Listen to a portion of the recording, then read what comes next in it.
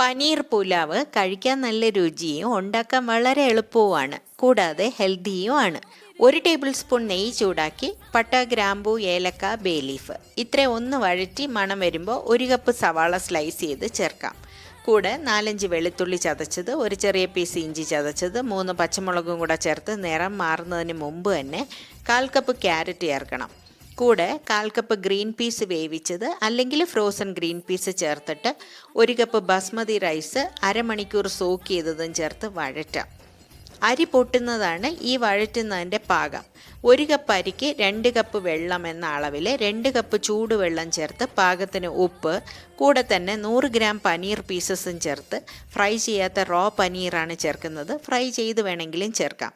എല്ലാം കൂടെ മിക്സ് ചെയ്ത് ലോ ഫ്ലെയിമിൽ അടച്ചു വെച്ച് വെള്ളം വറ്റി തണുത്ത ശേഷം സെർവ് ചെയ്യാം. സൂപ്പർ ടേസ്റ്റി പുലാവാണ് ഇത്.